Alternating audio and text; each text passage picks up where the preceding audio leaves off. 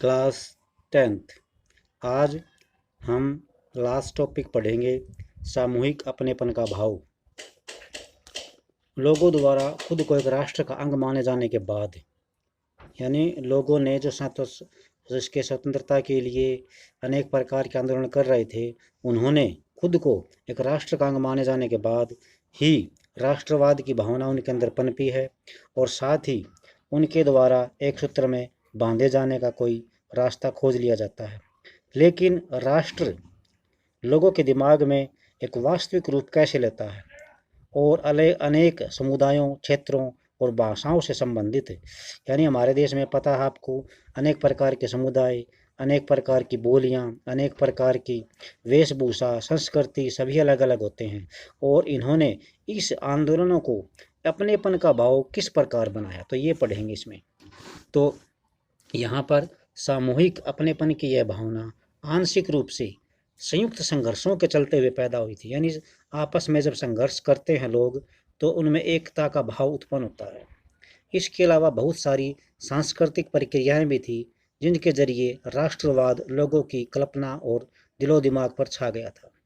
इतिहास और साहित्य, लोक कथाएं, गीत, चित्र, प्रतीक सभी ने राष्ट्रवाद को साकार करने में अपना योगदान दिया था। जैसे किसी तस्वीर के माध्यम से किसी राष्ट्र की पहचान को अंकित किया जाता है। इसी कारण लोगों के बीच राष्ट्र को पहचानने के लिए एक विशेष प्रकार की छवि को बनाया गया है। 20वीं सदी में राष्ट्रवाद के विकास के साथ साथ भारत की जो पहचान है, वो भारत माता के रूप में लोगों के सामने आने लगी। भारत माता, यह तस्वीर पहली बार बंकिम चंद्र चटर्जी ने बनाई थी, और उस समय 1870 के दशक में उन्होंने मातृभूमि की जो स्तुति है, स्तुति हिंदी का वर्ड है, स्तुति का मतलब अभी प्रशंसा, बढ़ाई, स्तुति के रूप में वंदे मातरम गीत लिखा था, यानी मातृभूमि की प्रशंसा के रूप में। बाद में उन्होंने अपने उपन्यास आनंद मठ में इसे शामिल कर लिया। यह गीत बंगाल में स्वदेशी आंदोलन में खूब गाया गया, और स्वदेशी आंदोलन की प्रेरणा से अबनिंदरनाथ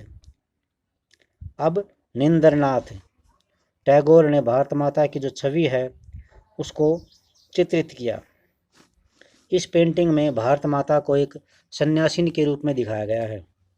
वह शांत, गंभीर, दैवीय और आध्यात्मिक गुणों से दिखाई देती है।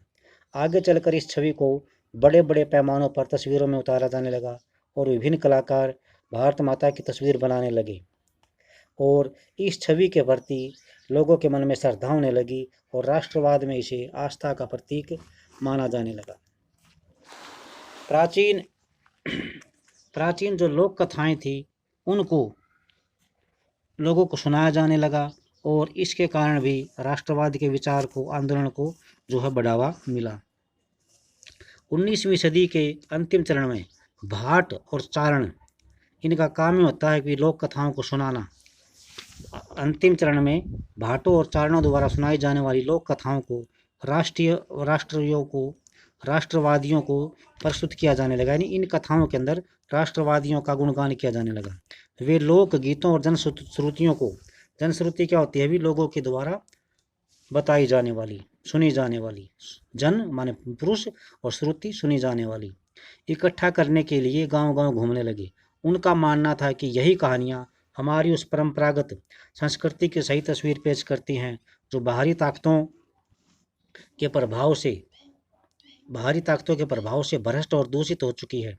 अपनी राष्ट्रीय पहचान को ढूंढने और अपने अतीत में गौरव का भाव पैदा करने के लिए इस लोक परंपरा को बचा कर रखना जरूरी था। बंगाल में खुद रविंद्रनाथ टैगोर भी नृत्य, नाटिकाएं, बाल गीत और मिथकों को इकट्ठा करने निकल पड़े। उन्होंने लोक परंपराओं को पुनर्जीवित करने वाले आंदोलन का नेतृत्व किया। मद्रास में नटेशा शास्त्री ने द फोकलॉर्स ऑफ सदर्न इंडिया के नाम से तमिल लोक कथाओं का विशाल संकलन 4 खंडों में प्रकाशित किया। उनका विश्वास था कि लोगों द्वारा सुनाई जाने वाली लोक कथाएं राष्ट्रीय साहित्य का अंग होती हैं और यह लोगों के विचारों और विशेषताओं काफ़ी विश्वसनीयता के साथ लोगों के बीच में प्रस्तुत करती हैं। तो ये जो चित्र दिखा रखा है अभी देखिए, अविंद्रनाथ टैगोर द्वारा 1905 में बनाया गया है और ये भारत माता दिखाई गई है। इसकी छवि जो है, एक हाथ में शिक्षा है, भोजन है और कपड़े दे रही है और एक हाथ में माला और उसके सन्यासी गुण को दिखाती है। तो ये भी राजा रवि वर्मा द्वारा बनाई गई है, राजा रवि वर्मा जैसे ही बनाई गई है। और ये जो हमारे देश के पहले प्रधानमंत्री, ऐशो आराम की ज़िंदगी जीने वाले महान, तो इनका लोकप्रिय चित्र है। इन्होंने हमेशा चित्र ही खिंचवाया है गुलाब के फूल के साथ। ठीक है भी। तो आज उसके आगे देखते हैं अभी हम, जैसे जैसे राष्ट्रीय आंदोलन आगे बढ़ा, राष्ट्रवादी नेता लोगों को एकजुट यानी एकता का संदेश देने के लिए आगे आने लगे और इस तरह के चिन्हों और प्रतीकों के बारे में ज़्यादा जागरूक हो गए। बंगाल में स्वदेशी आंदोलन के दौरान एक तिरंगा झंडा, यानी पहले हमारे झंडे में कितने कलर थे भी, हरा पीला लाल, ये ध्यान रखना भी। स्वदेशी आंदोलन के दौरान एक तिरंगा झंडा तैयार किया गया। इसमें ब्रिटिश भारत के 8 प्रांतों का प्रतिनिधित्व करते हुए कमल के 8 फूल और हिंदुओं और मुसलमानों का प्रतिनिधित्व करता हुआ एक अर्धचंद्र दर्शाया गया था। तो आपको ध्यान रखना है कि जो है ब्रिटिश भारत में 8 प्रांत थे और उनका प्रतिनिधित्व किसने किया, कमल के 8 फूलों ने किया और हिंदू और मुस्लिम के बीच में एकता दिखाने के लिए अर्धचंद्र दिखाया गया। 1921 तक गांधी जी ने भी स्वराज का झंडा तैयार कर लिया। यह भी तिरंगा यानी जो आज हम ले रहे हैं, सफ़ेद, हरा और लाल था। गांधी जी चरखे के माध्यम से स्वावलंबन को प्रस्तुत किया और शासन के प्रति अवज्ञा का प्रतीक के रूप में ये झंडा थामे चलना था। इतिहास की पुनर्व्याख्या राष्ट्रवाद की भावना पैदा करने का एक साधन था। 19वीं सदी के आते आते बहुत सारे भारतीय महसूस करने लगे कि राष्ट्र के गौरव का भाग जगाने के लिए भारतीय इतिहास को अलग ढंग से पढ़ाना चाहिए। अंग्रेज़ों की नज़र में भारतीय पिछड़े हुए और आदिम लोग थे। यानी अंग्रेज़ क्या मानते थे, हमें आदिवासी और जंगलों में रहने वाले लोग, उनके को न कोई सभ्यता का पता है ना कुछ और, आदिवासी आदिम लोग मानते थे जो अपना खुद शासन संभाल नहीं सकते। इसके जवाब में भारत के लोग अपनी महान उपलब्धियों की खोज में अतीत की ओर देखने लगे। उन्होंने उस गौरवमयी प्राचीन युग के बारे में लिखना शुरू कर दिया जब कला और वास्तुशिल्प, विज्ञान और गणित, धर्म और संस्कृति, कानून और दर्शन, हस्तकला और व्यापार फल फूल रहे थे। यानी हमारी प्राचीन संस्कृति के दौरान इन सब का विकास हो रहा था। लेकिन अंग्रेजों के बाद इनका सबका सत्यानाश हो गया। उनका कहना था कि इस महान युग के बाद पतन का समय आया और भारत को गुलाम बना दिया। प्राचीन कालीन भारतीय इतिहास में उनकी महानता और उपलब्धियों पर खुद को गर्व करने और अपने वैश्विक शासन के अधीन बुरी दशा से मुक्ति के लिए संघर्ष के रास्ते को चुनने की प्रेरणा राष्ट्रवादियों को इतिहास के पाठकों से मिली। लोगों को एकजुट करने की इन कोशिशों को अपनी समस्याएं भी थी। जिसमें अतीत का गौरवगान किया जा रहा था वह हिंदुओं का अतीत था। जिन छवियों का सहारा लिया जा रहा था वे छवियाँ हिंदू की थी, प्रतीक हिंदू के थे और इसलिए अन्य समुदाय के लोग अलग थलग महसूस कर रहे थे।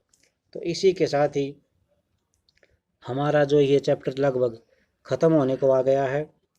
ठीक है भी। तो आप सबको पहले तो ये जो पॉइंट दे रखे हैं एक्स्ट्रा, जबरन भर्ती, बहिष्कार, पिकेटिंग, बेगार, गिरमिटिया मजदूर और इन सब को लिखना है अपनी कॉपी में। जो हमारे नए शब्द हैं इन सब को लिखना है। ठीक है। फिर इसके बाद जो है हमारा कुछ पॉइंट बचते हैं वो मैं करवा रहा हूँ। जैसे ये है एक पॉइंट, शत्रुघ्न। तो यहाँ पर 1930 में मुस्लिम लीग का अध्यक्ष कौन था भी, सर मोहम्मद इकबाल। तो ये ध्यान रखना भी, मुसलमानों के लिए अल्पसंख्यक राजनीतिक हितों की रक्षा के लिए अलग निर्वाचन क्षेत्रों की जरूरत एक बार फिर से जोर पकड़ने लगी। माना जाता है कि बाद के सालों में पाकिस्तान की मांग के लिए जो आवाज़ उठी उसका बौद्धिक औचित्य और इसी बयान से उपजा था जो इस प्रकार है। क्या है भी, मुझे ये किसके विचार हैं, मोहम्मद इकबाल के। मुझे यह कहने में ज़रा भी घबराहट या हिचकिचाहट नहीं है कि अगर स्थायी सांप्रदायिक बंदोबस्त के तौर पर भारतीय मुसलमान को उसके अपने भारतीय होमलैंड में अपनी संस्कृति और परंपरा के अनुसार पूर्ण और स्वतंत्र विकास का अधिकार दिया जाए तो वह भारत की स्वतंत्रता के लिए अपना सब कुछ न्यौछावर कर सकता है। प्रत्येक समूह को अपने तरीके से स्वतंत्र विकास का अधिकार है। यह सिद्धांत किसी संकुचित सांप्रदायिकता की भावना से नहीं उपजा है। जो समुदाय अन्य समुदायों के प्रति दुर्भावना रखता है नीच और अधम है, और मैं अन्य समुदायों के रीति रिवाज, धर्म और सामाजिक संस्थानों का बहुत सम्मान करता हूँ। कुरान की हिदायतों के अनुसार यह मेरा दायित्व है कि अगर ज़रूरत हो तो मैं उनकी उपासना स्थलों की भी रक्षा करूँगा। ये इकबाल के वर्ड है भी। लेकिन मैं उस सांप्रदायिक समूह को प्रेम करता हूँ जो मेरे लिए अपना जीवन और आचरण का स्रोत है, जिसने मुझे अपना धर्म, अपना साहित्य, अपने विचार, अपनी संस्कृति देकर मुझे ऐसा बनाया है, और इस प्रकार मेरी मौजूदा चेतना में अपने व्यतीत को एक सजीव कार्यात्मक तत्व के रूप में समा दिया है।